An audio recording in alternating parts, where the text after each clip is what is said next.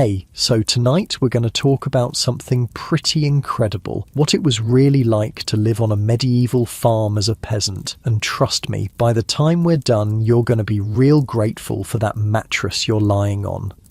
Oh, and if you're enjoying these stories, I'd really appreciate a like or subscribe. Super curious where you're all listening from, so drop a comment with your location and what time it is there. Always blows my mind how people are falling asleep to this all over the world.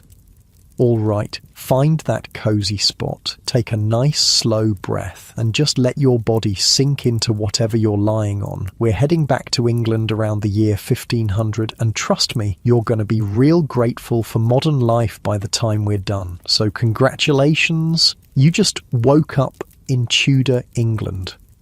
Your eyes open to near darkness. The air is cool and thick with wood smoke that hangs in layers throughout your small single-room house. You're not on a bed, not like anything you'd recognise. You're lying on a straw-filled mattress placed directly on the packed earth floor.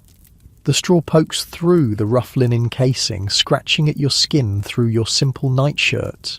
Your back aches from the uneven surface.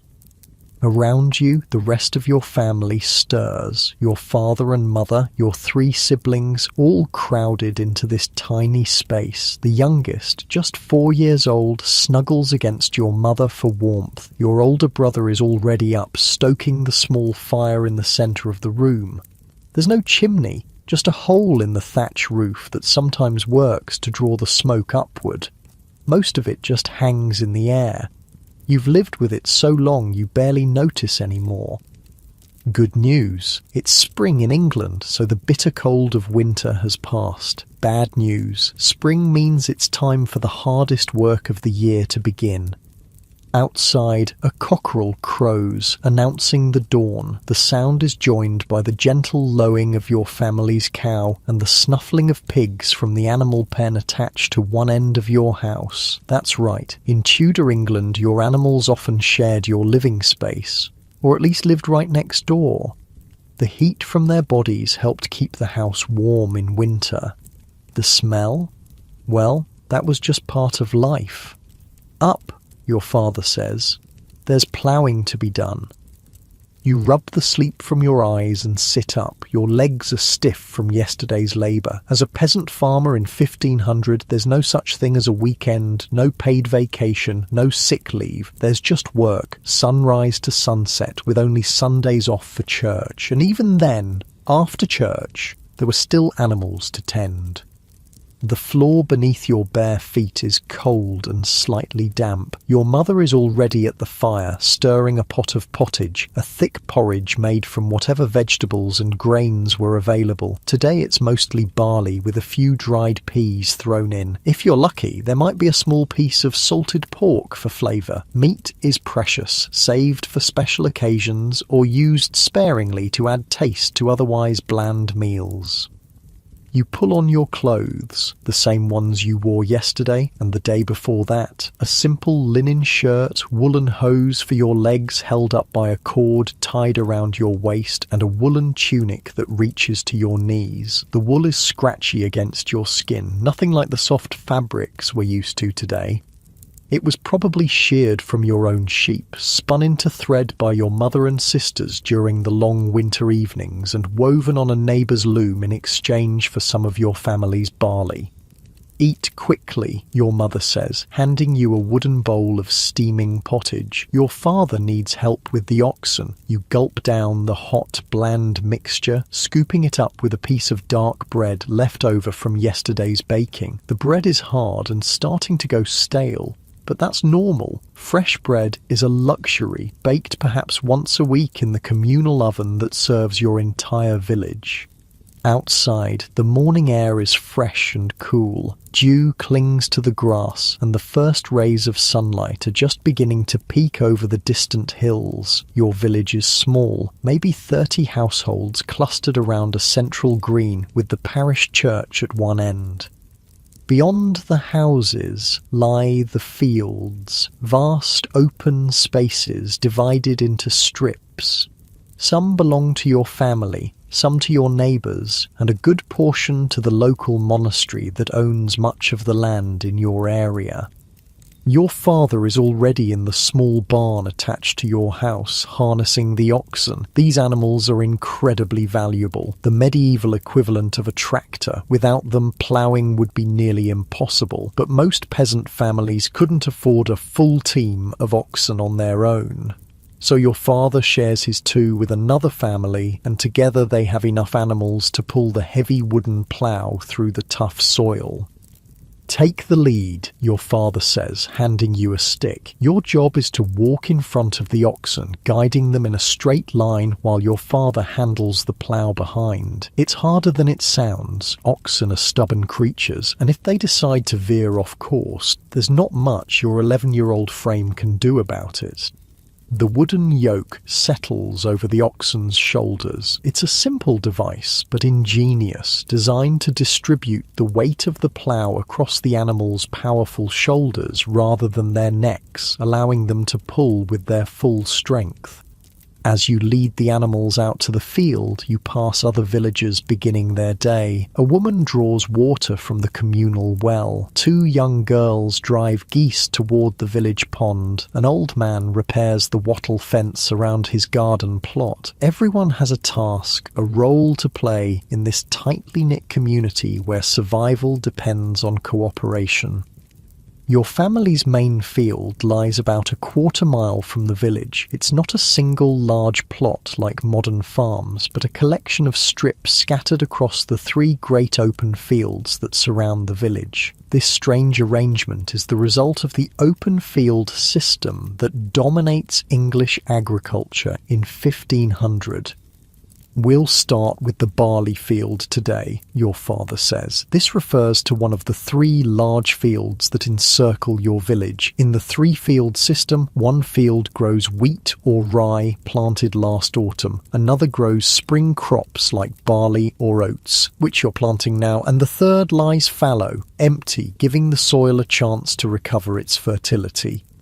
You reach your first strip in the spring field. It's long and narrow, about an acre in size, roughly the area that could be ploughed in one day. On either side are the strips belonging to your neighbours. The whole field looks like a giant patchwork quilt with dozens of strips running side by side. Ready? Your father asks, positioning the plough at the edge of the field. You nod, raising your stick to guide the oxen.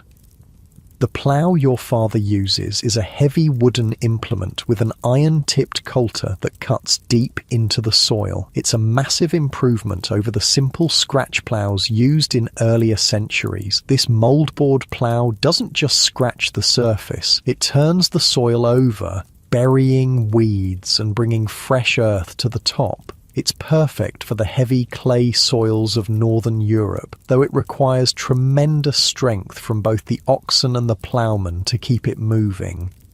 Walk on, your father calls, and you tap the lead ox with your stick. The animals strain against the yoke, muscles rippling under their hides. The plough jerks forward and the real work begins. Ploughing is brutal labour. Your father must use all his strength to keep the plough cutting at the right depth. Too shallow and the weeds won't be properly buried. Too deep and the oxen might not be able to pull it at all. His hands grip the wooden handles tightly, his back bent with the effort. By the end of the day, he'll be exhausted, every muscle aching. Your job is simpler, but still demanding. You must keep the oxen moving in a perfectly straight line, ensuring that no valuable soil is wasted. The animals move slowly, deliberately, their breath forming small clouds in the cool morning air. One step after another, yard by yard, the dark earth turns over behind you, revealing worms and beetles that quickly attract the attention of the birds. Rooks and crows follow behind the plough, feasting on the suddenly exposed insects.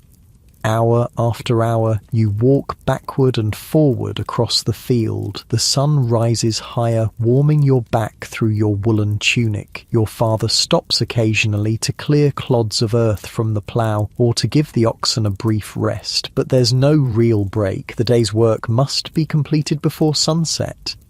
Other villagers are working their own strips nearby. A man about your father's age guides a harrow, a wooden frame set with iron teeth that breaks up the clods of earth after ploughing. Two boys, not much older than you, scatter seeds by hand, reaching into bags hung around their necks and casting the precious barley grains in a wide arc. Sowing too thickly wastes seed, too thinly results in a poor harvest. It takes years of practice to get it just right. By midday, your stomach is growling. Your mother appears at the edge of the field, carrying a small bundle wrapped in cloth. It's a simple meal. More bread, a piece of cheese, perhaps an apple saved from last autumn's harvest. You sit in the shade of a hedgerow to eat, grateful for the brief rest. The cheese is sharp and salty, made from your own cow's milk. The bread is dry and must be dipped in a small flask of ale to soften it enough to chew. Yes, ale, even for children. In medieval England, water was often unsafe to drink, potentially contaminated by human and animal waste. Ale, with its alcohol content, was safer. The ale you drink is weak, home brewed by your mother from some of last year's barley crop. It's cloudy and sour. Nothing like modern beer, but it quenches your thirst. The meal is over too quickly, and soon you're back at work. The afternoon stretches endlessly before you, each furrow seeming longer than the last. Your legs ache from walking, your arms from controlling the oxen, but there's no alternative. This work must be done if your family is to eat in the coming year. As the sun begins to sink toward the horizon, you finally reach the end of your family's strip. Your father unhooks the plough, patting the oxen's sweaty flanks in appreciation of their hard work. The animals will need to be fed and watered before they can rest. Their well-being is critical to your family's survival. "Good work today," your father says, offering a rare word of praise. "Tomorrow we'll harrow and sow." The walk back to the village seems twice as long when you're exhausted. The oxen plod slowly, their heads hanging low. Other villagers are also returning home, tools slung over their shoulders, their faces etched with the same tiredness you feel. As you near the village, you hear the church bell ringing. It's not calling people to prayer, but marking the end of the working day, one of the many ways the church gives rhythm to medieval life. The sound is somehow comforting, a reminder that even this long day has an end. Your mother has been busy while you were in the fields. The house smells of herbs and vegetables cooking. She's prepared more pottage for the evening meal, but tonight there's a small piece of bacon added to the pot, a luxury your family can only afford occasionally. Your younger siblings have spent the day helping her with household chores, collecting firewood, tending the vegetable garden that provides much of your family's food, feeding the chickens that give you eggs. Before eating, everyone must wash, not in the modern sense with soap and running water, but by rinsing hands and face with water carried from the village well. Hygiene in medieval times is basic at best. You might have a proper bath a few times a year, usually in summer when the water isn't freezing cold. The rest of the time, you make do with quick rinses of the dirtiest parts of your body. The evening meal is the main one of the day, and the whole family gathers around the small table. Your father says a simple prayer. Religion is deeply woven into every aspect of medieval life. Then everyone digs in, scooping up the hot pottage with wooden spoons or pieces of bread. There's rarely enough to feel truly full, but it's usually sufficient to keep hunger at bay. After eating, there's still work to be done. Animals must be fed and secured for the night. Tools need cleaning and repair. But as darkness falls, options for activity become limited. There's no electricity, of course, just the dim light from the central fire and perhaps a rush light or two. Made from rushes dipped in animal fat, these primitive candles give off a smoky, flickering light barely bright enough to see by.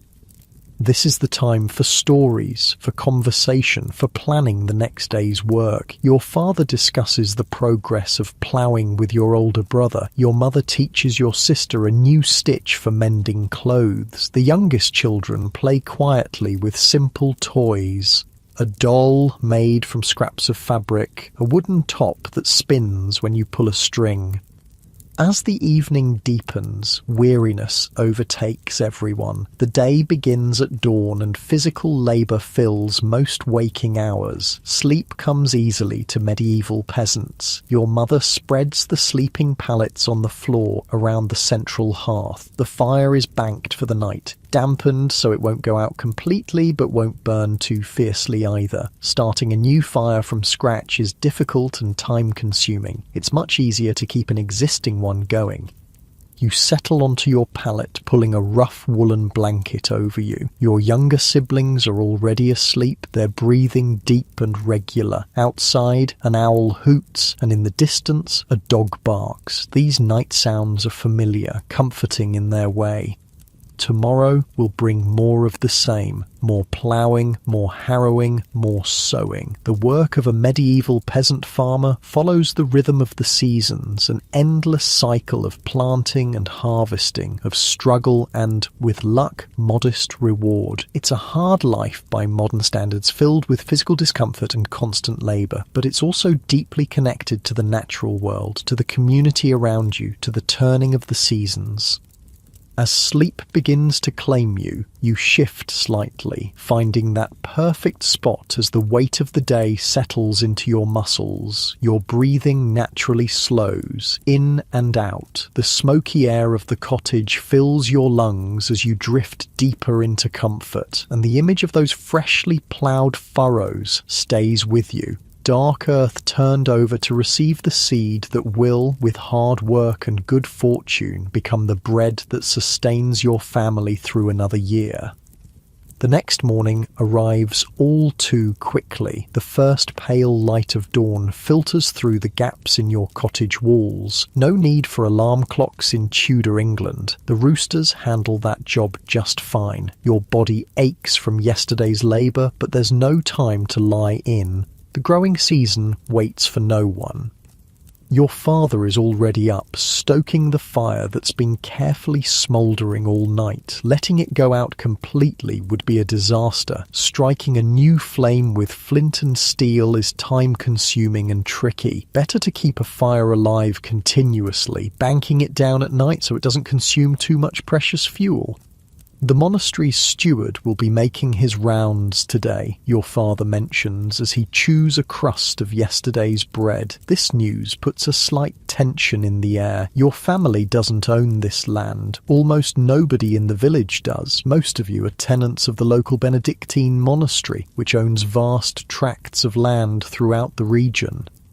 Being a tenant in Tudor England means owing both rent and service. Your family pays partly in coin, partly in produce from your farm, and partly in labour, working directly on the monastery's own lands for a certain number of days each year. It's a complex relationship, neither entirely free nor entirely bound. The monastery provides protection, access to its mill for grinding grain, and sometimes assistance in hard times. In return, you provide a significant portion of what you produce.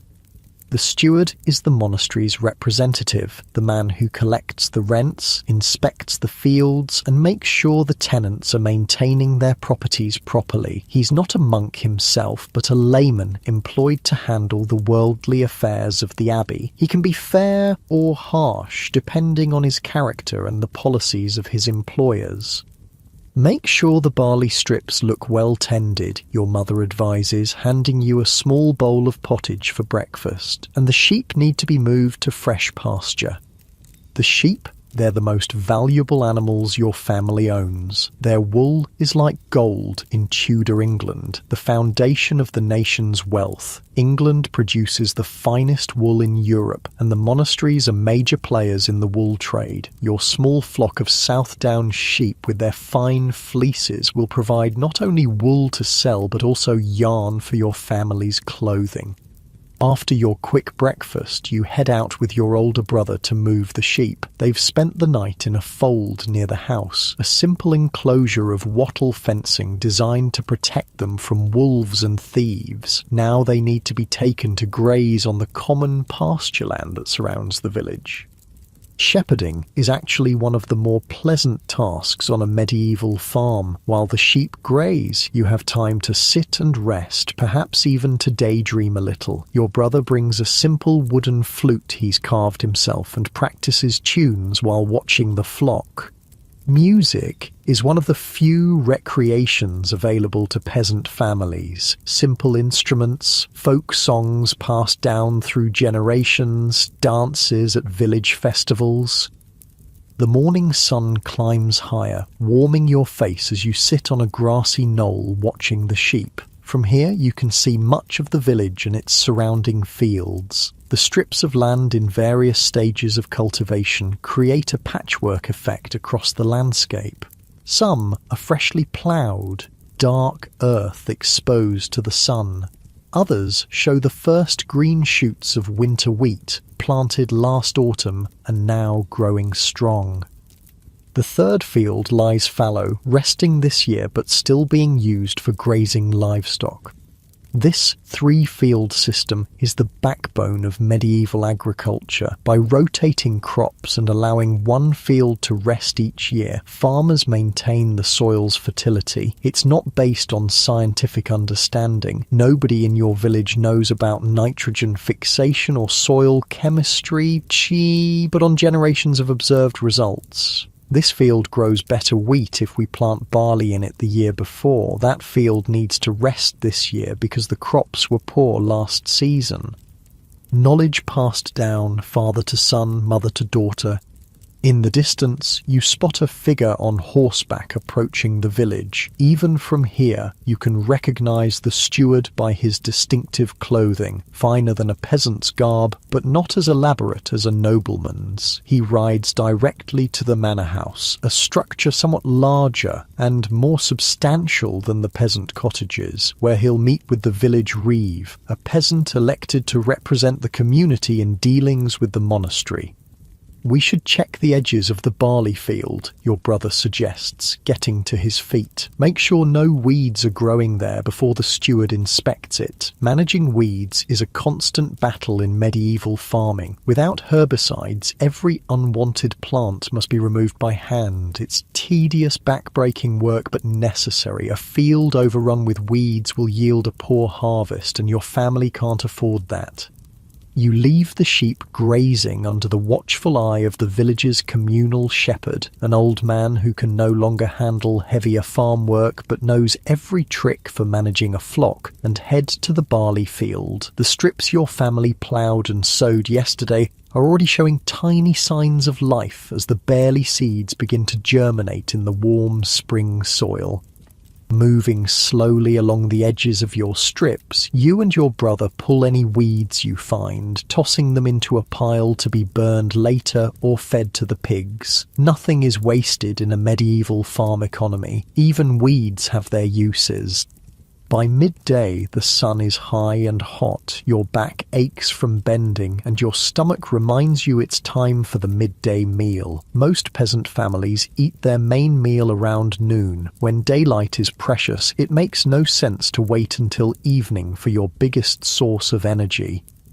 You return to the cottage to find your mother tending her garden. This small plot next to your home is her domain, and it provides much of the family's food. Cabbages, onions, garlic and herbs grow in neat rows. Later in the summer, there will be peas and beans. These vegetables, along with the ubiquitous pottage, form the staple diet of your family. Meat appears rarely. Perhaps a chicken on special days, a piece of bacon to flavour the pot, or a rabbit caught in a snare. The steward's with your father in the barley field, your mother tells you. Take this to them. She hands you a small wooden flask of ale and a bundle containing bread and cheese. Walking back to the field, you pass other villagers going about their daily tasks. A woman leads a cow to the village pond for water. Two men repair a section of fencing that came down in last week's storm. A group of children gather firewood along the edge of the forest that borders the village lands. Everyone has a role, even the youngest members of the community. You spot your father and the steward walking slowly along the edge of the field, deep in conversation. The steward gestures toward the newly sown barley strips, then points to something in a leather-bound book he carries, perhaps recording the amount of seed sown or the expected yield. You approach carefully, waiting for a pause in their conversation before offering the food and drink. The steward nods acknowledgement but doesn't speak to you directly. Children in Tudor England are firmly at the bottom of the social hierarchy, expected to work but not to participate in adult conversations unless specifically invited. 3 more days of labour owed at the Abbey's home farm next week, your father says, once the steward has moved on to inspect another family's strips. They're clearing new land for planting. This is part of your family's rent, providing labour directly to the monastery when needed. It's not something your father enjoys, as it takes him away from your own farm during crucial growing times. But refusing isn't an option. The monastery owns the land, and the terms of tenancy are clear. After the midday meal, it's back to work. Spring is the busiest season on a medieval farm, with ploughing, sowing, lambing, and countless other tasks all happening at once. Every daylight hour must be used efficiently.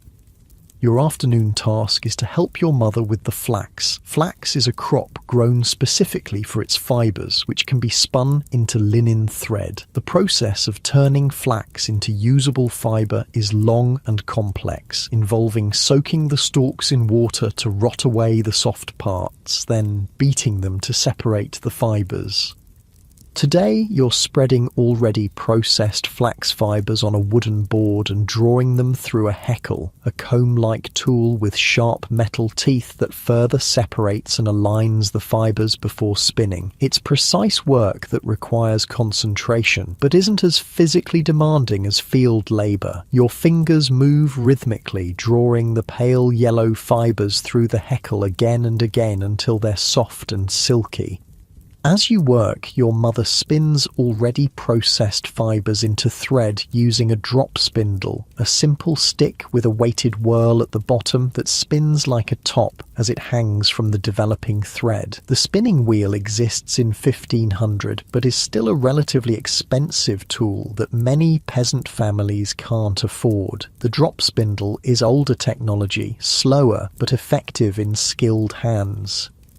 The thread your mother spins will eventually be woven into linen for shirts, sheets, and other household items. Linen is cooler than wool, making it preferable for summer clothing or for garments worn next to the skin. The finest grades of linen might be sold for extra income, while coarser grades are kept for family use.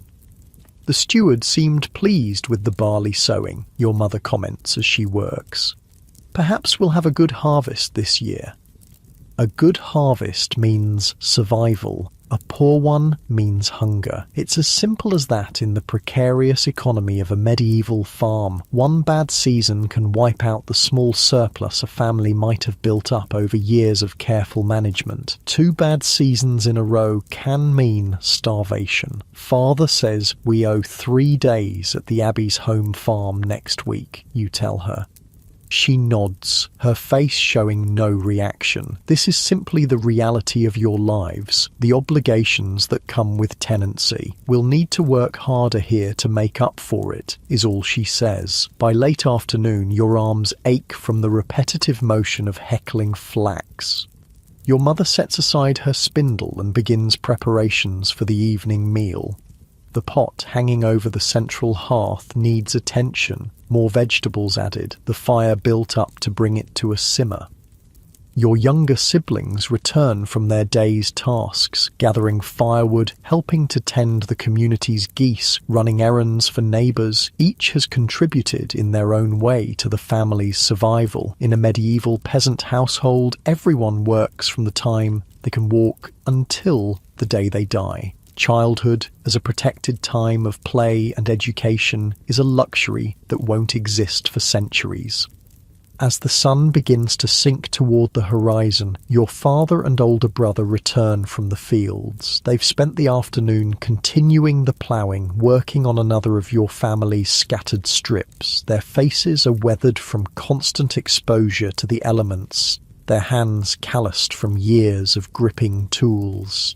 They move with the slow, deliberate gait of men who have pushed their bodies to the limit of endurance day after day. The evening meal is similar to breakfast and lunch. More pottage, more bread. But tonight there's a surprise. Your youngest sister proudly produces a handful of wild strawberries she found growing at the edge of the forest. They're tiny compared to modern cultivated varieties, but intensely flavorful. Divided among the family members, each person gets just 2 or 3 berries, a rare sweet treat in a diet dominated by grains and vegetables.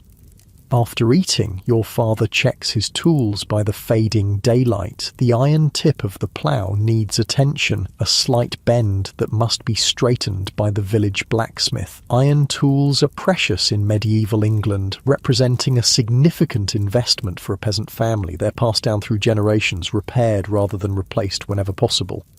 Your mother sorts through dried herbs hanging from the rafters, selecting those needed for tomorrow's cooking and for treating minor ailments. In a world without professional medical care for ordinary people, knowledge of medicinal herbs is essential. A fever, a cut that becomes infected, a winter cough, all must be treated with remedies prepared at home.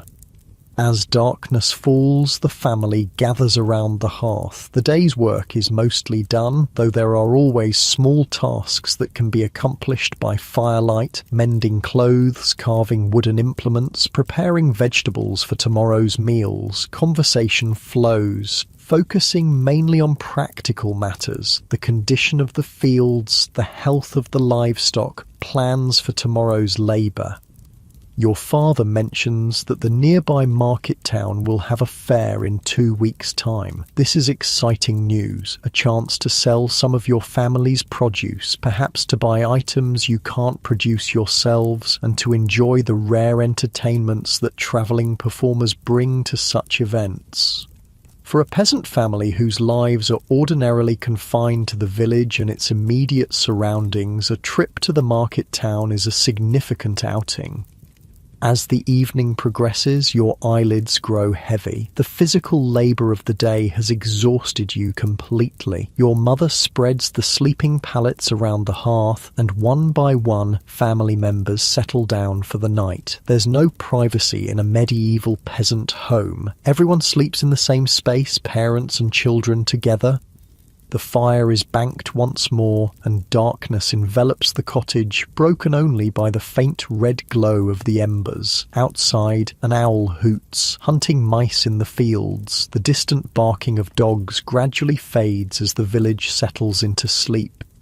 Tomorrow will bring more of the same, more ploughing, more sowing, more endless labour to coax food from the soil. But for now, there's rest. Your muscles gradually release their tension as you lie on your simple pallet. The straw crackles slightly as you shift position, finding that perfect spot where your body can truly relax.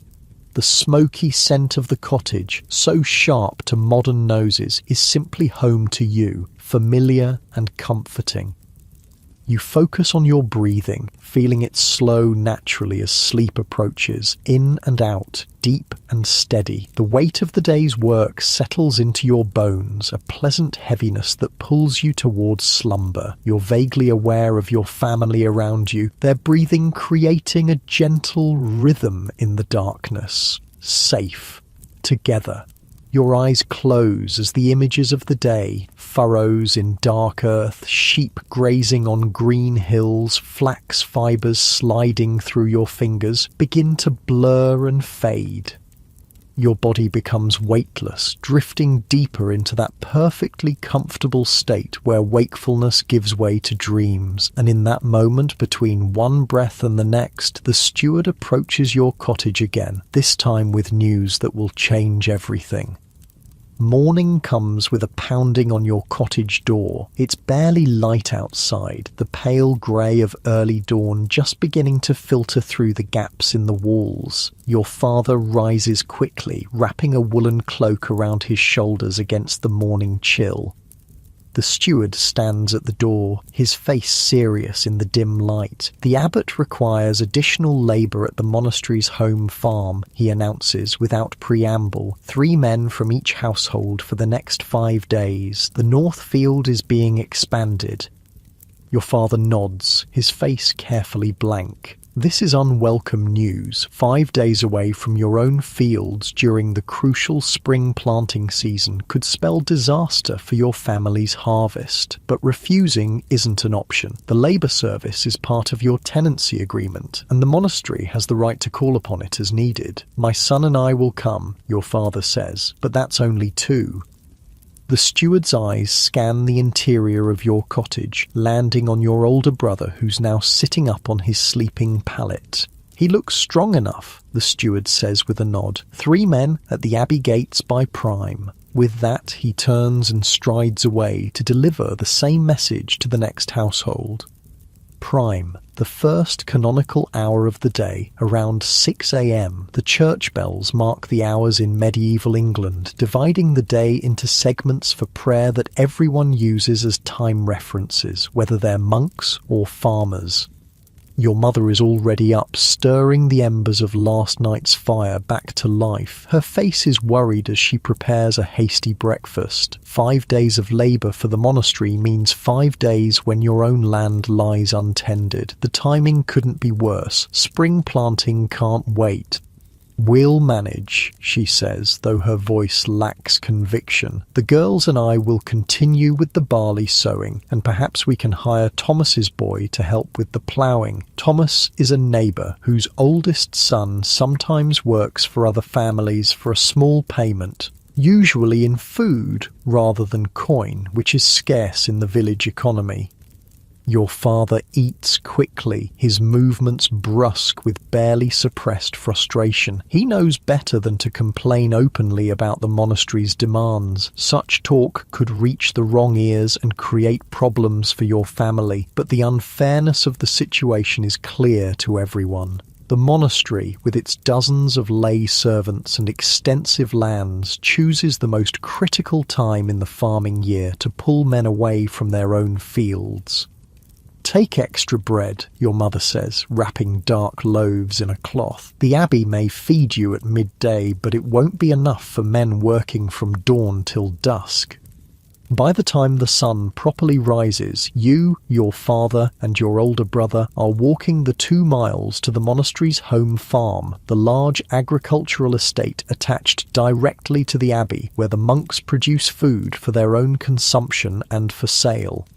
It's worked primarily by hired labourers and lay brothers, men who have joined the monastic community but haven't taken full religious vows. But when major projects are undertaken, the monastery calls upon the labour service owed by its tenants.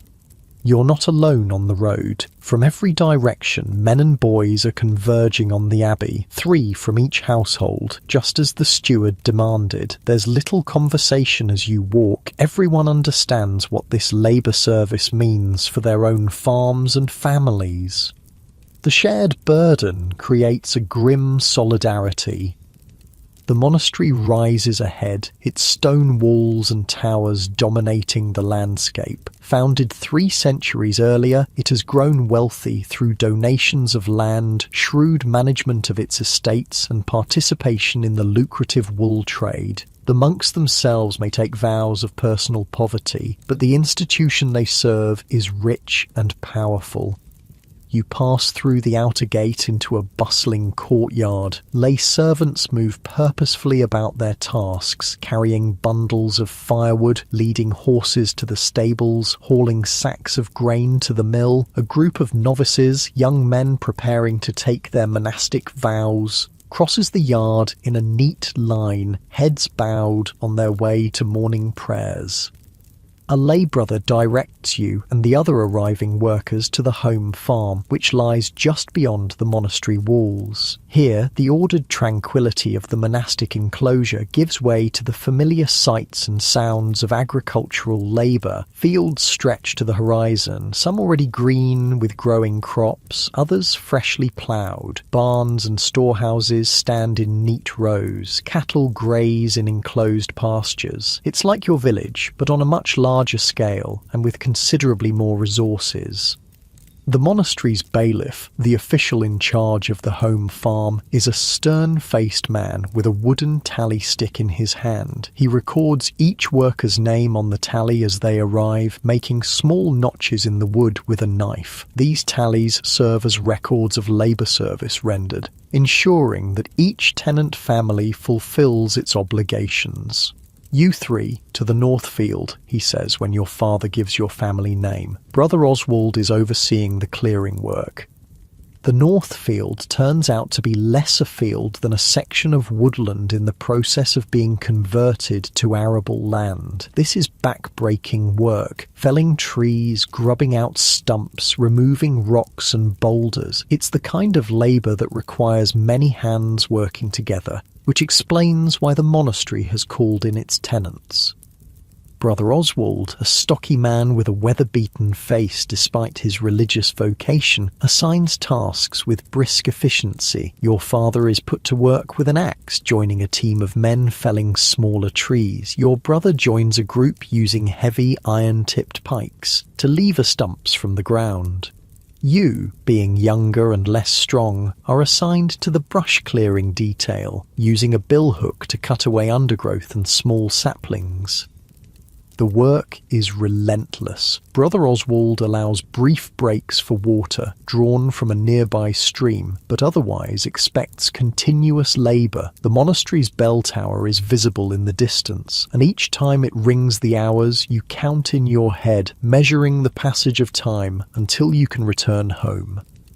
By midday, your arms ache from the constant swinging of the billhook. Blisters have formed on your palms despite the calluses built up from years of farm work. Around you, men grunt with effort as they attack stumps and trees. The sound of axes biting into wood creates a steady rhythm punctuated by the crash of falling timber.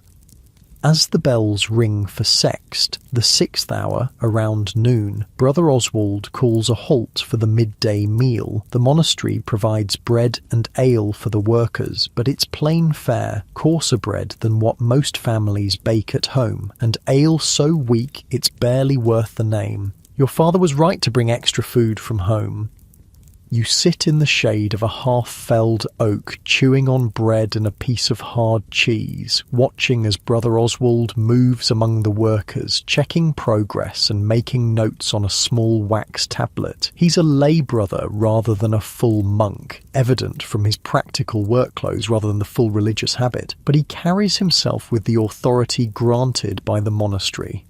They say the abbot's building a new granary. A man sitting nearby comments quietly, twice the size of the old one, expecting good harvests for years to come, apparently. Your father grunts non-committally. Speculation about the monastery's plans is interesting, but potentially dangerous.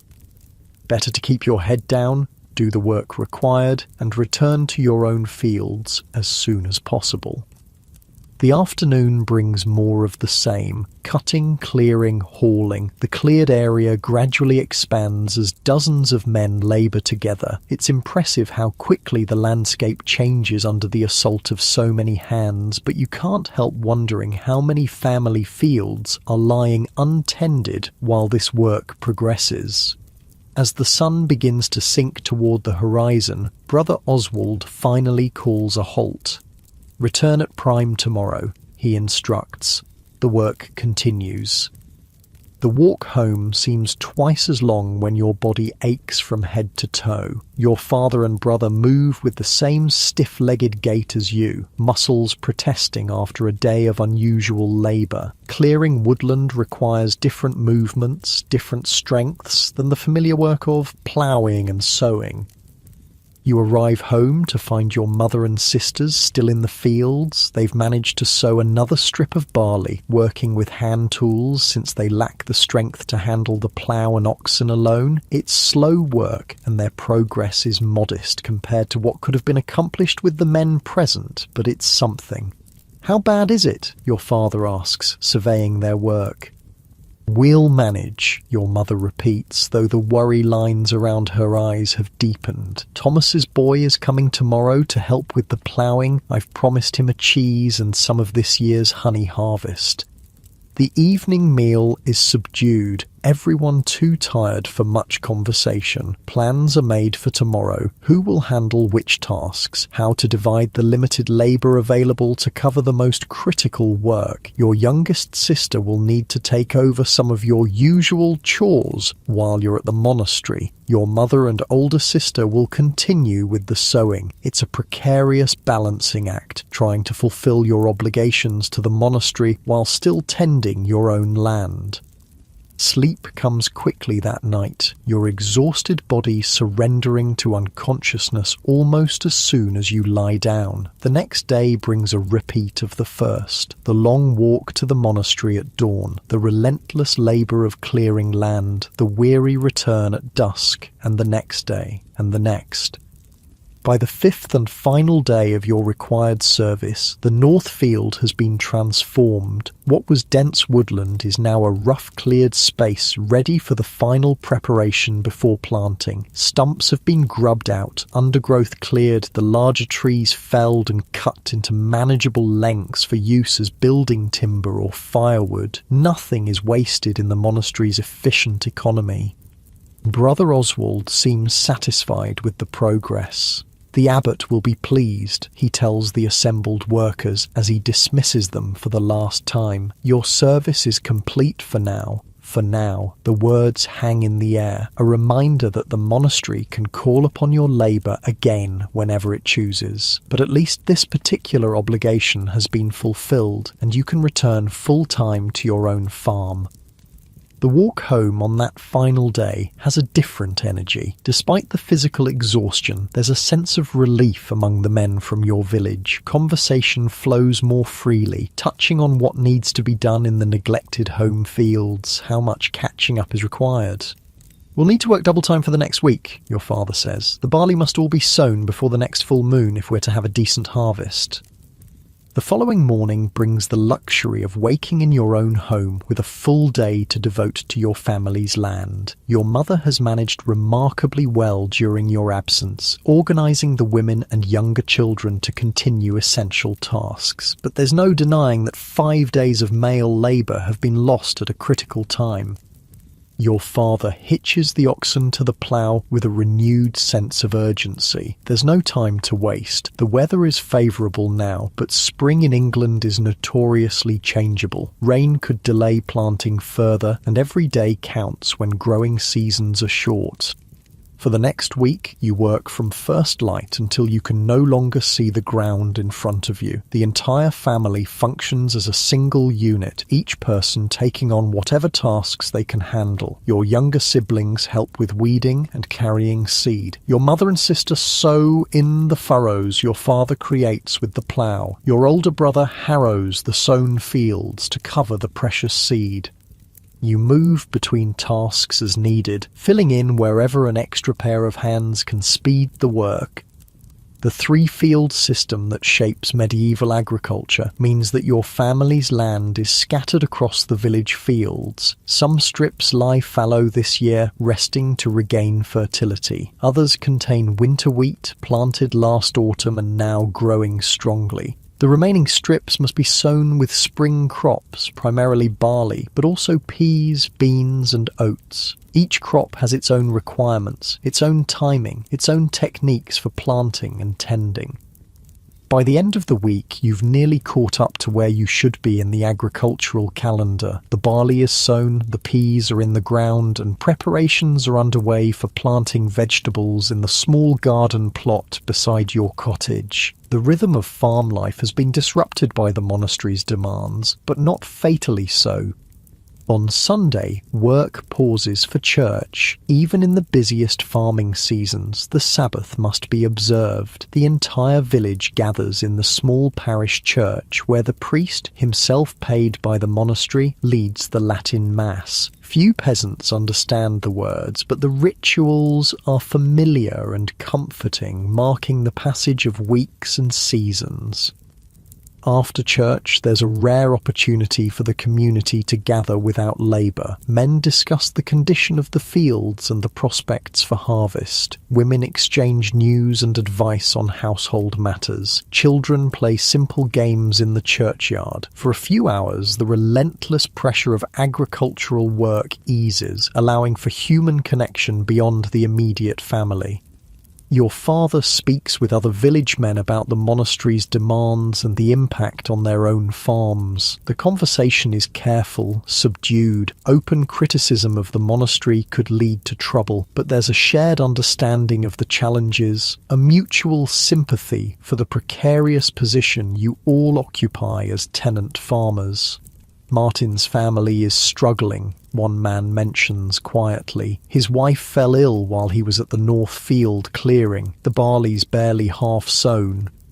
Your father nods thoughtfully. We could spare a day this week. Between us all, we might get his strips planted. This is how medieval village communities survive, through mutual support when individual families face crisis. Next month or next year, it might be your family needing help, and the obligation would be repaid. It's an informal system of insurance against disaster in a world where formal safety nets don't exist. As the brief respite of Sunday afternoon draws to a close, you find yourself sitting on the grassy bank beside the village pond, watching ducks paddle across the surface. The sun is warm on your face, the first real hint of summer approaching. For a moment, you can almost forget the constant labour, the precarious existence, the subordination to the monastery's demands. Your younger sister finds you there and sits beside you, her small hand slipping into yours. Mother says it's time to check the beehives, she says after a moment of companionable silence. The family's 3 beehives, woven from straw into dome shapes and plastered with mud for weatherproofing, stand at the edge of your garden plot. Honey is precious in medieval England, the main sweetener available to ordinary people and an important ingredient in medicines and preserves. Checking the hives is a skilled task that your mother has been teaching you over the past year.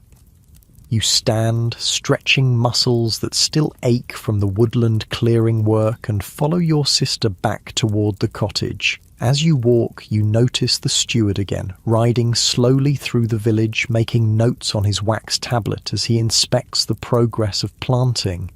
His gaze falls on your family's strips in the common fields, assessing, evaluating. The monastery's oversight is constant, a reminder of who truly controls the land you farm. Your mother is waiting by the beehives, a smoker, a simple clay pot containing smouldering herbs in her hand. The smoke will calm the bees, making it safer to check the hives. She hands you a loose woven fabric to drape over your head and shoulders as protection against stings.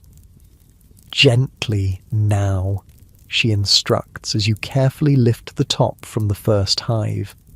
Listen to their tone. If it rises, they're agitated. If it remains steady, they're accepting our presence. The low hum of the bees continues at an even pitch as you peer into the hive. Inside, the colony is a marvel of organisation and industry. Thousands of bees move with purpose among the combs they've built, storing honey, tending larvae, serving their queen. It's a complex society, hidden within a simple straw container, a world most people never see or understand. They've made it through the winter well, your mother observes, carefully examining the combs. We should have a good honey harvest this summer if the weather holds fair. A good honey harvest means sweetness in your pottage, medicine for winter coughs, perhaps even a small surplus to sell at market for precious coins. It's one more element in the complex equation of survival on a medieval farm. As you replace the hive cover, your muscles finally start to relax after days of tension. The warm spring air carries the scent of apple blossoms from the small orchard beyond the village. Bees buzz lazily around you, returning to their hive laden with pollen from early flowers. For a moment, there's a perfect stillness, a rare pause in the constant motion of farm life.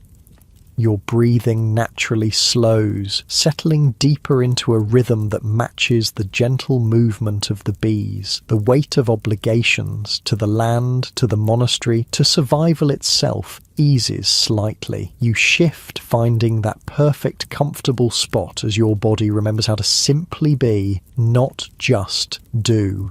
And in that moment of rest, you look up to see dark clouds gathering on the horizon, and with them a coming storm that will test everything your family has worked for. The storm clouds build with alarming speed, turning the late afternoon sky from clear blue to threatening grey within an hour. Your father watches them approach, his weathered face creased with worry. "Get the animals secured," he tells your brother. "We're in for a heavy one." Rain is both blessing and curse to the medieval farmer. The right amount at the right time brings life to crops and pastures. Too much, especially at crucial growing stages, can spell disaster. The newly sown barley is particularly vulnerable. Seeds not yet properly rooted can wash away in heavy rain, representing a catastrophic loss of both food and next year's seed stock. The entire family springs into action. Your older brother leads the oxen into their crude shelter beside the cottage. Your mother calls the chickens in for early feeding, ensuring they'll be safely cooped before the rain begins. Your younger siblings help drive the family's precious pig into its sty, a task requiring patience and persistence as the stubborn animal resists their efforts. You help your father hastily dig small drainage channels at the edges of your garden plot, hoping to direct the coming deluge away from the tender young plants. It's a desperate measure, but better than doing nothing. The air grows still and heavy as the storm approaches. Birds fall silent, seeking shelter in the trees surrounding the village. The quality of light changes, casting an eerie yellowish glow across the landscape.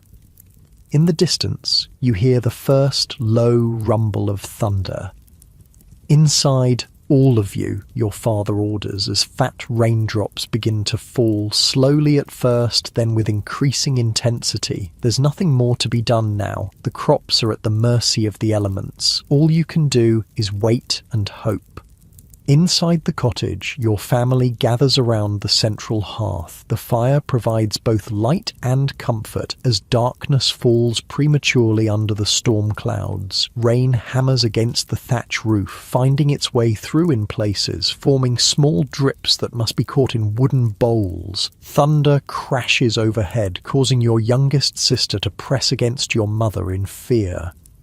"It's just God moving his furniture," your mother tells her with a smile, repeating an old folk saying meant to make storms less frightening to children. But the adults exchange worried glances as the rain intensifies. This is more than a passing shower. It's a deluge that could undo days of careful work in the fields. After the delay caused by labour service at the monastery, your family can ill afford further setbacks to spring planting.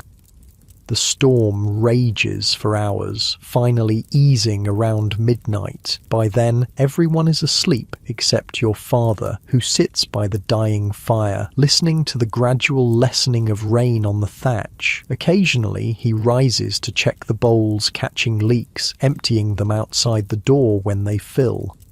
Morning reveals the damage. Your family's carefully sown barley strips lie underwater in places, small pools forming in the lowest parts of the field. Seeds that should be safely covered with a layer of soil are now exposed, some washed away entirely. The drainage furrows between strips have become streams, carrying precious topsoil away.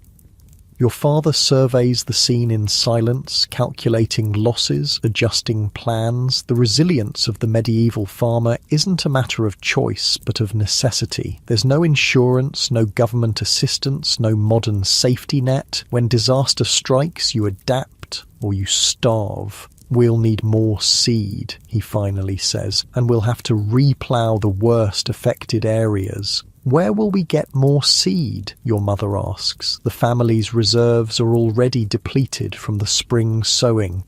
I'll speak with the reeve, your father replies. Perhaps the village seed store can spare some. If not, he doesn't finish the thought. If not, your family faces a leaner year ahead with less food and less surplus to sell or to plant next season.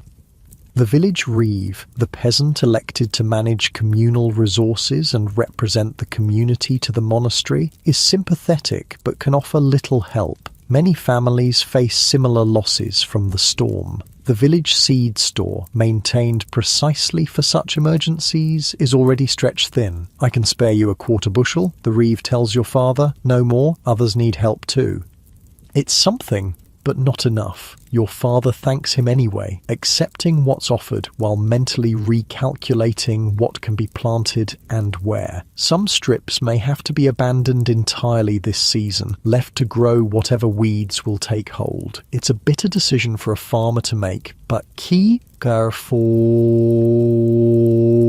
but practicality demands focus on what can be saved.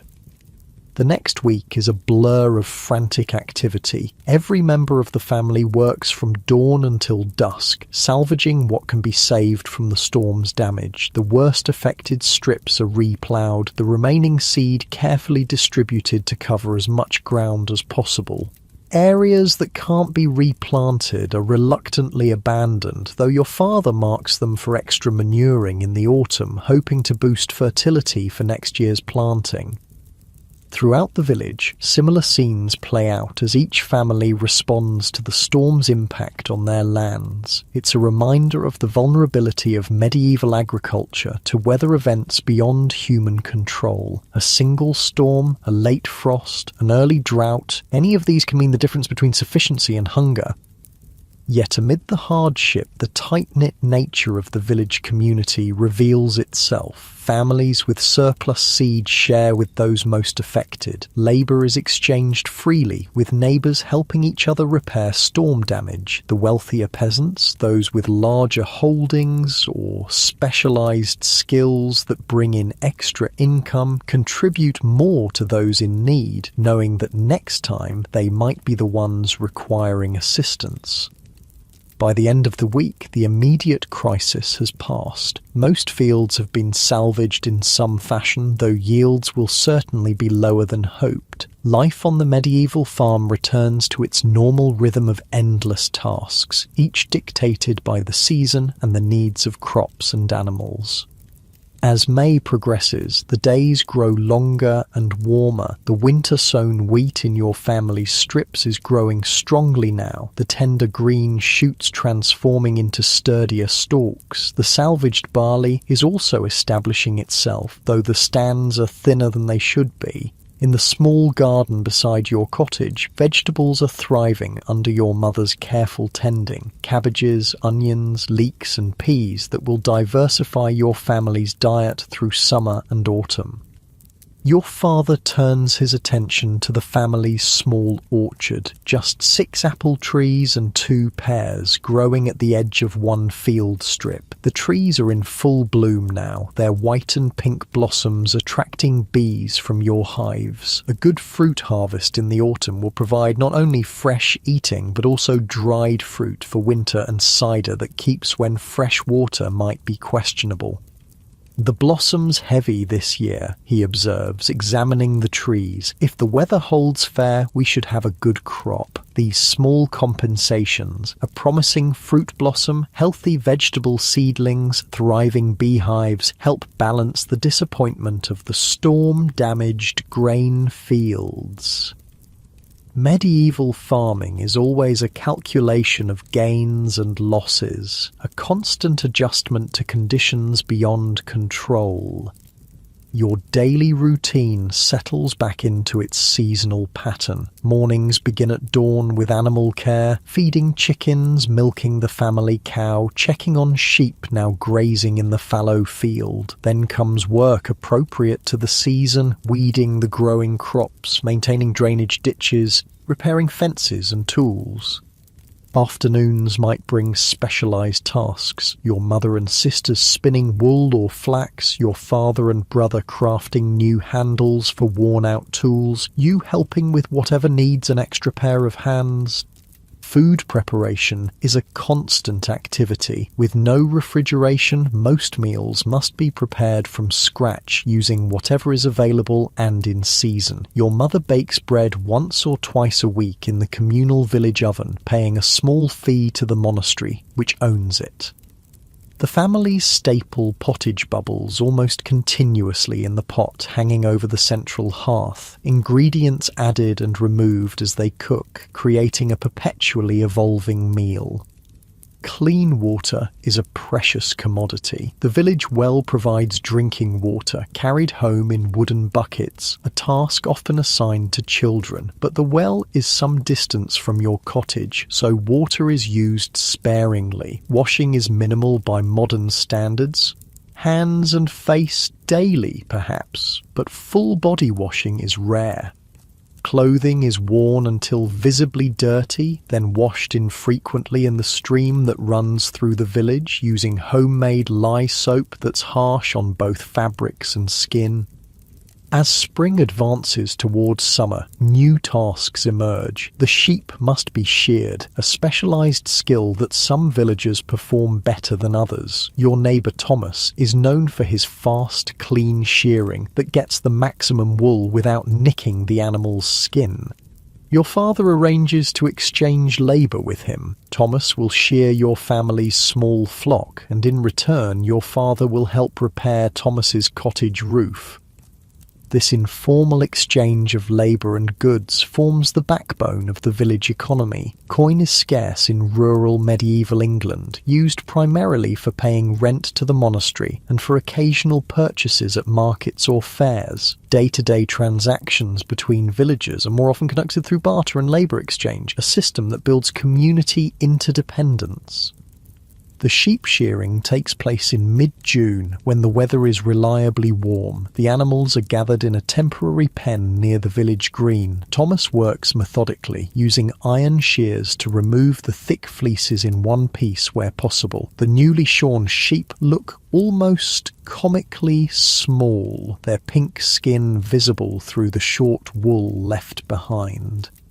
The fleeces are a valuable product, potentially the most profitable output from your family's farm. Some will be kept for home use, to be washed, carded, spun, and eventually woven into cloth for family clothing and blankets, but most will be sold either directly to the monastery or at the market in the nearby town. The quality seems good this year, Thomas comments as he finishes the last sheep. Good length, clean, not too many burrs. This is welcome news. Better quality wool means better prices, which means more income for your family. The monastery, deeply involved in the lucrative wool trade, pays well for superior fleeces that can be sold to merchants supplying weavers throughout England and beyond. With the sheep shearing complete, your father turns his attention to the hay meadow, a vital resource for winter feeding of livestock. Unlike the open fields with their scattered strips, hay meadows are often enclosed and more carefully managed. The timing of the hay harvest is critical. Cut too early and the yield is low, too late and the nutritional value declines. The haymaking begins in late June when the grasses are at their peak. It's a communal activity with families working together to cut and dry the hay as quickly as possible. Men swing scythes in a rhythmic pattern, moving steadily across the meadow. Women and children follow behind, using wooden rakes to spread the cut grass for drying and later to gather it into piles. Haymaking is exhausting work, especially in the summer heat, but there's a festive quality to the communal labour. Songs help maintain the rhythm of scything. Stories and jokes pass the time during raking. Children dash about delivering water to thirsty workers. For a few days, the isolation of individual family labour gives way to community effort. The hay, once properly dried, is stored in stacks or, for wealthier peasants, in small barns. It represents security for the coming winter, fodder for the animals that provide milk, wool, labour, and eventually meat. A good hay harvest means livestock will survive the winter in better condition, producing more milk and wool and working more effectively when spring ploughing begins again. Throughout these seasonal activities, the monastery maintains its oversight of village affairs. The steward makes regular visits, inspecting fields, recording progress, ensuring that tenants are maintaining their properties adequately. Rents must be paid, usually quarterly in a combination of cash, produce, and labour service. The relationship between monastery and tenants is fundamentally unequal, but it's also symbiotic. Each needs the other to prosper. By early July, the landscape around your village has transformed. Winter-sown grain stands tall in the fields, beginning to turn from green to gold. Spring-sown crops, though less advanced, form a patchwork of different greens across the open fields. Gardens overflow with vegetables. Fruit trees show small, hard fruits that will ripen as summer progresses. The rhythm of growth and harvest that has sustained human communities for millennia continues its steady progression. For children in medieval England, summer brings a slight easing of labour demands. While still expected to contribute to family work, there's occasionally time for play. Simple games with hoops or balls, swimming in the village pond on hot days, exploring the edges of the forest, though never venturing too deep where dangers both real and imagined lurk. You and your siblings develop a game involving throwing sticks to knock apples from a tree, part play, part useful skill for harvesting fruit from higher branches. Your father pretends not to notice this mild mischief, understanding the need for occasional lighten amid the constant work. Just don't damage the good fruit, is his only admonition, and clean up what you knock down. Even play has purpose in the medieval farm economy. Nothing can be wasted, not food, not time, not energy. The fallen apples bruised from your game will feed the family pig, contributing to its growth and eventual value as meat. As July progresses, the winter wheat begins to ripen fully, signalling the approach of the most critical period in the agricultural year, the grain harvest. The timing of this harvest is crucial. Begin too early and the grain isn't properly mature, yielding less flour when milled. Wait too long, and storms might flatten the crop or cause the ripened grain to fall from the stalks, lost to the ground. The entire village watches the wheat fields anxiously, checking daily for signs that the optimal moment for harvest has arrived. When the grain is deemed ready, a judgment based on generations of accumulated knowledge, the reeve announces the start of harvest, and every able-bodied person in the community prepares for the most intense labour of the year. Harvesting tools are prepared, sickles sharpened on whetstones, wooden rakes mended, flails checked for soundness. These tools, simple by modern standards but effective in skilled hands, represent significant investments for peasant families. An iron sickle might be passed down through generations, its handle replaced many times while the precious metal blade endures. The monastery, recognizing the critical importance of a successful harvest to its own income, relaxes some of its regular demands during this period. Labour service is temporarily suspended, allowing tenants to focus entirely on gathering the crop. The parish priest even adjusts the timing of services, holding them very early in the morning or late in the evening so as not to interrupt the day's work. The evening before harvest begins, your family gathers around the hearth for a simple ritual. Your father places his sickle beside the fire, not close enough to damage the wooden handle, but near enough for the metal to warm slightly. Your mother sprinkles a few grains from last year's seed stock into the flames, murmuring a traditional prayer for abundance. It's a practice that blends Christian faith with older customs, seeking divine blessing on the crucial work ahead. As you prepare for sleep that night, your body is already anticipating the demands of tomorrow. Harvest is the ultimate test of endurance for the medieval farmer. Days of constant bending, cutting, gathering, binding from dawn until dusk, with only brief breaks for food and water. Children as young as 7 or 8 participate according to their abilities, everyone understanding that their winter survival depends on gathering every possible grain. You stretch out on your sleeping pallet, feeling the familiar scratch of the straw-filled mattress against your skin. The summer night is warm, requiring only a thin linen sheet for covering. Around you, your family settles into sleep, conserving energy for the challenges ahead. Outside, a gentle breeze rustles through the ripened wheat, creating a soft, whispering sound. An owl calls from the direction of the forest, its haunting cry floating through the darkness. These night sounds are the soundtrack of rural medieval life, unchanging through generations. You shift a bit, finding that perfect spot as your muscles release the day's tension. Your breathing naturally slows, settling into a rhythm that matches the quiet ebb and flow of the night air through the cottage. Getting comfortable?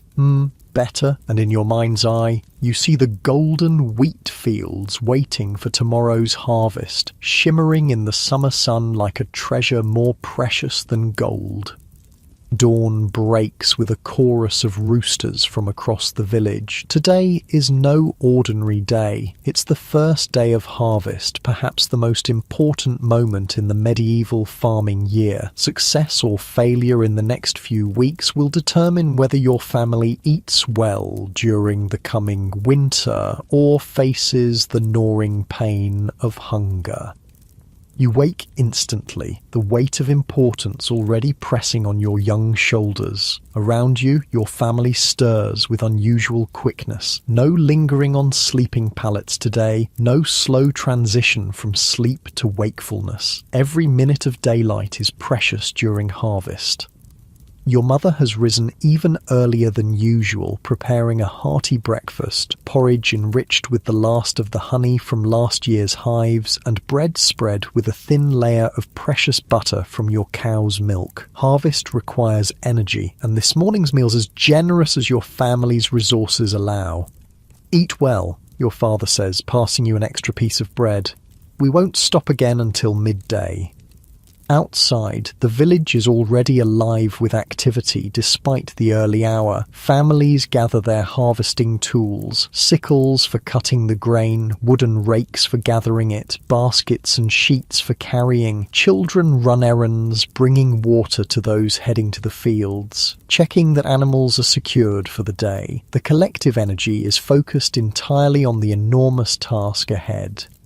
The reeve moves from house to house, organising the harvest according to long-established custom. Each family will first harvest their own strips in the common fields, but once that's complete, all will work together to bring in the portion of the crop that belongs to the monastery as rent.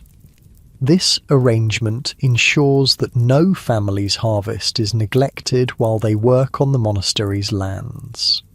"Weather looks fair," the reeve comments as he reaches your cottage. "If it holds, we might finish the wheat in 5 days." 5 days of intense labour from dawn to dusk, every back bent to the task, every hand blistered from gripping tools. But the alternative, rain that flattens the ripened grain or causes it to sprout in the field, is unthinkable. As your family walks to your first wheat strip, the rising sun casts a golden glow across the fields. The wheat stands tall and proud, heavy heads nodding slightly in the gentle morning breeze. It's a beautiful sight, the culmination of months of care and worry, of ploughing and sowing and weeding. Now comes the moment of truth, gathering the precious grain that will become your daily bread.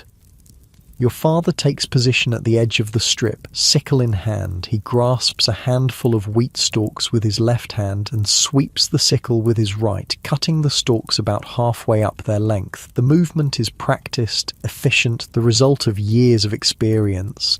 Each cut produces a handful of grain-heavy stalks that he lays carefully on the ground behind him. Your mother follows, gathering the cut stalks into bundles that she ties with twisted strands of the wheat itself. These sheaves are then stood upright in groups of 8 or 10, leaning against each other to form small teepee-like structures that allow air to circulate, helping to dry the grain further before it's transported to the threshing floor. Your job, along with your siblings, is to gather any stalks or fallen grain heads that the adults miss. Nothing can be wasted. Each kernel represents food for the winter ahead or seed for next year's planting. You move carefully through the stubble, sharp eyes scanning for golden heads of grain lying on the ground. The sun climbs higher as the morning progresses. Your back begins to ache from constant bending. The initial excitement of harvest gives way to the reality of monotonous, physically demanding labour. Yet there's no question of stopping. The entire village is engaged in the same essential task, each family working their strips, the sound of sickles cutting through stalks creating a rhythmic backdrop to the occasional calls and conversations. By midday, your family has harvested nearly half of your first wheat strip. It's impressive progress, but every adult knows that the pace will slow as the day advances and fatigue sets in. Your mother calls a brief halt for the midday meal, bread, cheese and ale brought to the field in a basket to avoid wasting time returning to the cottage. You sit in the narrow strip of shade provided by the standing wheat, grateful for the momentary rest. Around you, other families are doing the same, small clusters of people gathered at the edges of their strips, talking quietly as they eat. Despite the exhaustion, there's a sense of satisfaction in visible progress, the growing number of sheaves standing in neat formations across the harvested portions of the field. "The grain looks good," your father observes, examining a wheat head picked from a nearby stalk. "Full and heavy, should mill well. Quality matters as much as quantity. Well-formed grain yields more flour when ground at the mill. It also makes better seed for next year's planting." Your father sets aside particularly good-looking sheaves, specifically for seed, marking them with a twist of straw so they won't be mixed with the general harvest. The brief respite ends too soon. Back to work, the afternoon stretching ahead like the wheat itself, seemingly endless rows that must be cut, gathered and bound before you can rest again. The sun beats down, increasing the challenge. Sweat soaks through your simple linen shirt and your throat grows parched despite regular sips from the water skin passed among family members. But you keep going, one stalk at a time, one sheaf at a time, 1 hour at a time. This is the reality of medieval harvest, an all-consuming physical ordeal that must be endured because the alternative is unthinkable. No harvest means no food, and no food means suffering or worse in the months ahead. As the sun begins its descent toward the horizon, your father finally calls a halt to the day's work. Your family's first wheat strip is completely harvested, neat rows of sheaves standing where grain waved in the morning breeze. It's a visible accomplishment, a tangible reward for the day's labour. The walk back to the village is slow, everyone's movements stiff from hours of repetitive bending and cutting, yet there's little time to rest. Animals need feeding, the evening meal must be prepared, and tools require cleaning and sharpening for tomorrow's continuation of the harvest. After a simple supper, more pottage, more bread, perhaps with a bit of bacon added to the pot for extra strength, your father sharpens the family's sickles by lamplight. The metal blade must be kept keen for efficient cutting, reducing the effort needed from already tired arms and backs. Sleep comes quickly that night, your body surrendering to exhaustion almost before your head touches the pallet. But dawn will bring another day just like this one, and another after that, until the entire wheat crop is safely harvested. The next few days follow the same pattern, rising at dawn, working until dusk, falling into bed exhausted only to rise and do it all again. Your family moves from one strip to the next, harvesting your scattered holdings across the common fields. The weather remains favourable, warm and dry, ideal for bringing in the grain. By the 5th day, as the Reeve predicted, the village has harvested most of its wheat crop. Now comes the next phase, threshing and winnowing to separate the valuable grain from the straw and chaff. This work is less weather dependent than cutting, so it can be spread over a longer period, interspersed with harvesting the later ripening crops like barley and oats. Threshing takes place on a special threshing floor, a flat area of hard-packed earth or sometimes wooden planking where the dried sheaves are laid out. Workers use flails, 2 wooden sticks connected by a short length of leather, to beat the grain heads, knocking the kernels free from their husks.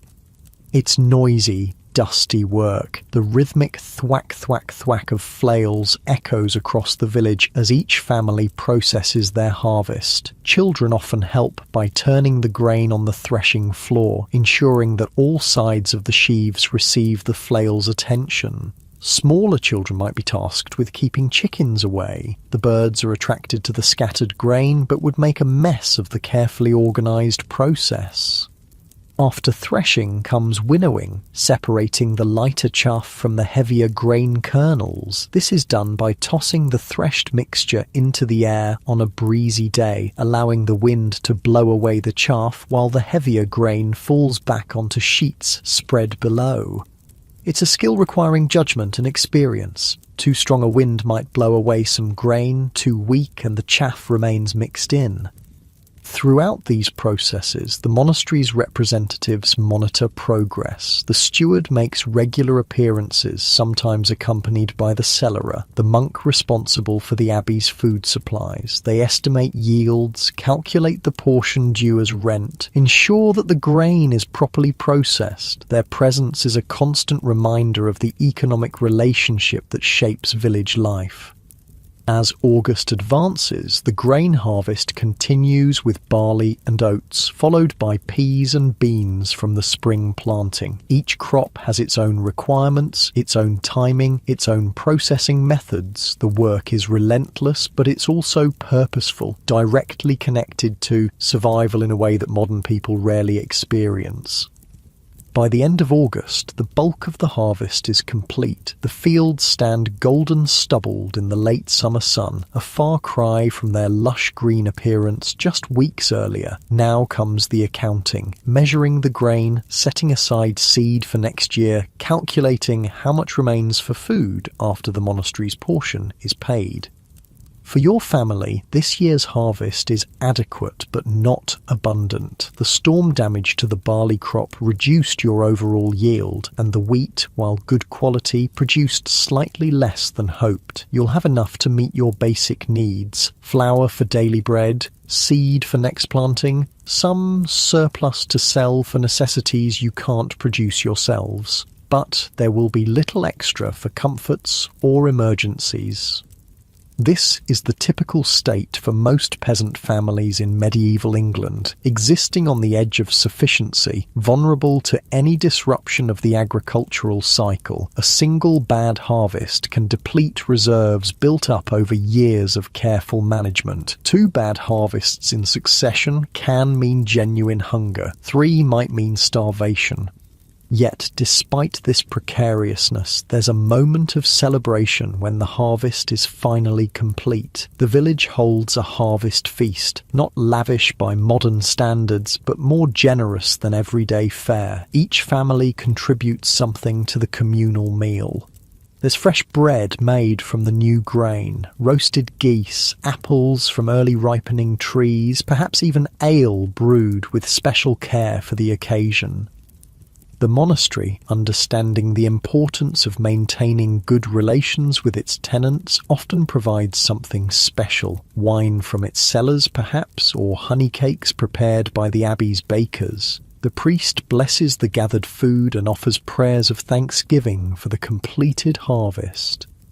This feast marks a brief pause between the intense labour of harvest and the autumn work still to come, ploughing the stubble fields for winter planting, gathering fruit from the orchards, slaughtering surplus livestock that can't be fed through the winter. Medieval farm life offers few true holidays, but harvest completion is one moment when the community allows itself to exhale collectively. As summer transitions to autumn, the rhythm of farm work shifts. Days grow shorter, limiting the hours available for outdoor labour. The weather becomes more unpredictable, with fog and rain more frequent. The urgency of harvest gives way to the steady pace of preparation for winter.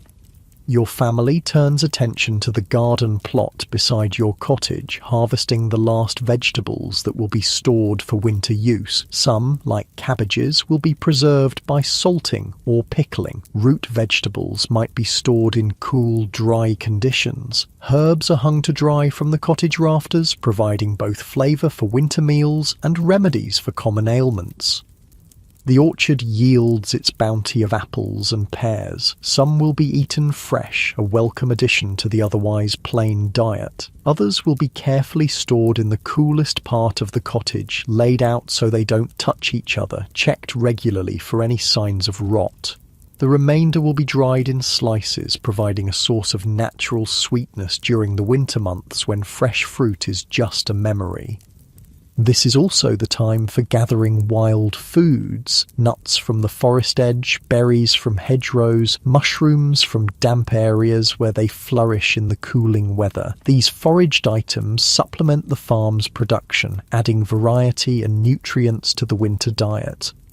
As nights grow longer, indoor work becomes more prominent. Evenings are spent processing the harvest, grinding smaller amounts of grain in a hand quern to supplement flour from the mill, sorting and cleaning vegetables for storage, making simple cheese from the cow's milk that will keep longer than the fresh liquid. The sheep's wool, sheared in early summer and now processed, is ready for spinning. Your mother and sisters work wool into thread using drop spindles, their fingers moving with practiced precision despite the dim light. The resulting yarn will be woven into cloth for family use, or possibly for sale, depending on quantity and quality. Your father and brother use the evening hours to repair tools and equipment, to fashion simple household items from wood, to mend harnesses and yokes that will be needed when ploughing begins again. Nothing is wasted, neither materials nor time. The survival economy of the medieval farm requires constant attention and care. As autumn deepens toward winter, the agricultural year begins to circle back to its beginning. The wheat field, left fallow this past season, is ploughed and planted with grain that will germinate before winter's cold sets in, then lie dormant until spring brings renewed growth. This winter wheat will provide the earliest harvest in the coming year, a crucial head start in the annual race to produce enough food. With the major fieldwork complete, the monastery might again call upon its tenants for labour service, perhaps helping with construction or repair projects at the abbey, working in its extensive gardens, or assisting with processing its much larger harvest. These obligations never entirely disappear, though they're managed to avoid interference with the most critical periods of the agricultural calendar. As winter approaches, the pace of life slows somewhat. Shorter days limit outdoor work. Inclement weather keeps people inside more frequently. The cottage, which felt cramped and confining during summer's heat, now becomes a welcome shelter against cold winds and rain. The fire burns more constantly now, requiring a steady supply of firewood. Gathering and chopping wood becomes a daily task, usually assigned to older children or adults who aren't occupied with more skilled work. The precious store of firewood is protected carefully without it. Surviving winter would be impossible. Food consumption is carefully managed. The harvest bounty is gradually parcelled out through winter's lean months, with portions growing smaller as spring's renewal becomes more distant. Your mother knows exactly how much grain, how many preserved vegetables, how much dried fruit must last until fresh food becomes available again. She adjusts meals accordingly, stretching supplies with careful planning and occasional ingenuity. This is the rhythm of life on a medieval farm, a constant cycle of planting and harvest, of abundance and scarcity, of intense labour and relative rest. It's a life intimately connected to the natural world, to the turning of seasons, to the subtle changes in light and temperature that signal time's passage. It's also a life deeply embedded in community, the village working together at crucial moments, sharing resources and labour, supporting each other through individual crises. For all its hardships, the physical toll, the precarious existence, the subordination to monastery authority, this life has a coherence and purpose that connects you to both land and people in ways modern existence rarely achieves. You know precisely why you work: to feed yourself and your family, to maintain your place in the community, to fulfill obligations that secure your tenancy. The results of your labour are visible, tangible, directly related to survival and well-being.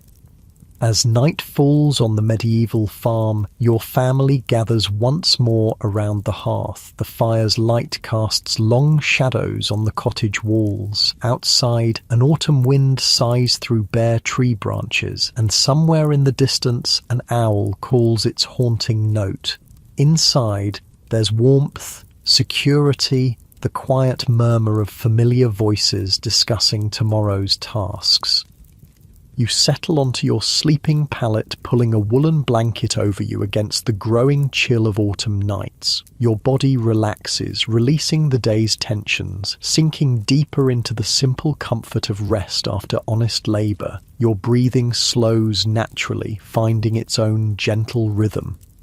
Your eyelids grow heavy as the fire's light flickers across the cottage ceiling. Images from the year's cycle drift through your mind, ploughing fresh furrows in spring soil, sheep grazing on green hillsides, golden wheat rippling in summer breezes, apples hanging ripe and red in the orchard. These are the landscapes of your existence, the familiar territories of the medieval farm that forms your world.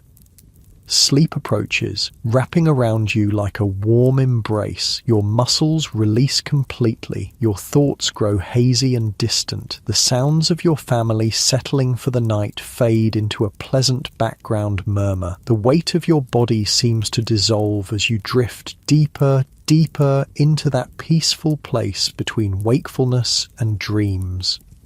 And as you finally surrender to sleep, there's a profound rightness to this simple ending of the day. For all its challenges and hardships, the medieval farm offers a life of direct connection to the earth that provides sustenance, to the community that provides support, to the seasonal rhythms that provide structure and meaning. It's a life far removed from modern comforts, but it holds its own deep satisfactions, its own quiet wisdom about what truly matters in human existence.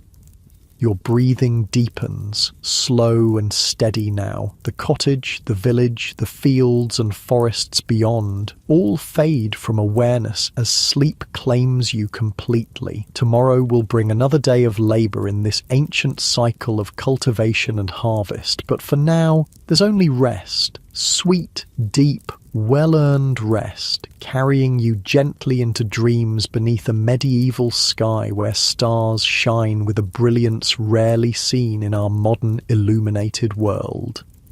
Sleep now, rest easy. The day is done, the work complete, the cycle continuing as it has for countless generations before and will for generations to come. This is the true heritage of the medieval farm, not just techniques and tools, but a way of being in the world that acknowledges both its challenges and its gifts, that finds meaning in necessary labour, that builds community through shared purpose.